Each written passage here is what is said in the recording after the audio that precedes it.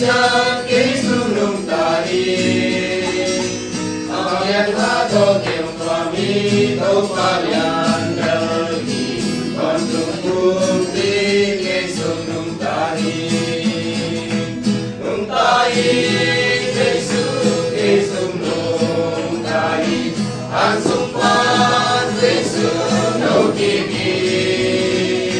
Kumpito kontung abang yan ato in Jesus yan bertahan.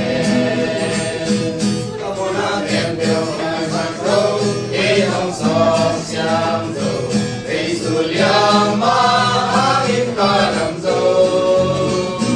Jesus on harang ang zo. Yang kau minolo. Ikan tingkin Jesus nong himzo. Nung tayo Jesus kisung nung tayo. Ang sumpan Jesus daw kikin.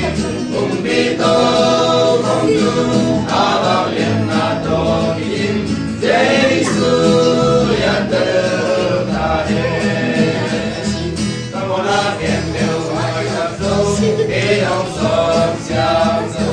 Jesus yang maafin kalam zo. Jesus long harang ang zo. Yaw tao nginolo. Ikan tingin Jesus nong himzo. Nung tayo Jesus kisung nung tayo. Ang sumpan Jesus kikin. Kumpito kongtung abang yan nato in Jesus yan tertahan.